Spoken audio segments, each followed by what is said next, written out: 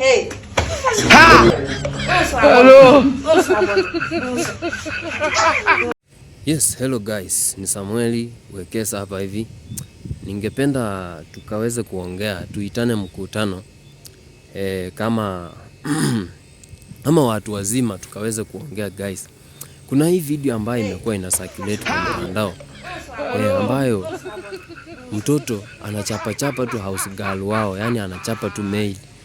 Na mzazi hawezi ongea chochote. Yani mzazi amenyamaza tu, anafurahia. So long as mtoto wake anaenjoy, hata akiumiza maid, yeye amefurahi tu. So haka kaboy kamekuwa kana slap maid wao, kanataka kampige, na ni katoto katukutu. Na hiyo tabia ndio inafanya hata wameandika maid.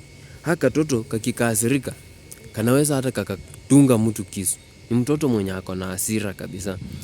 So wameachia maid na mzazi wake hata anaangalia tu, mtoto haka anaumiza maid.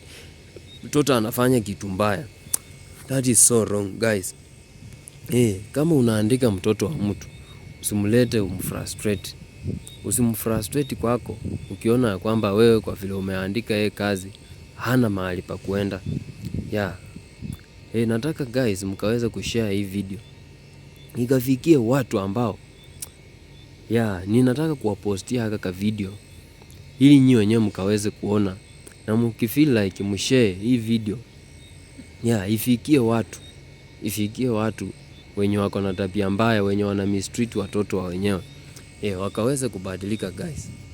Wala ambao mmewatch hii video, kama hujasubscribe, ningependa usubscribe kwa hii channel na tukaweze kujengana idea. Thank you very much maze. Comment hapo hivyo. Tunataka to build. Kumbuka kwamba ukicomment una advise mtu mahali, na tunataka watu pia wapate hii advice for free. Kama we ni mpasta, we ni nani, elder, just comment there, tukaweze kusaidiana kimawazo. Thank you very much for watching.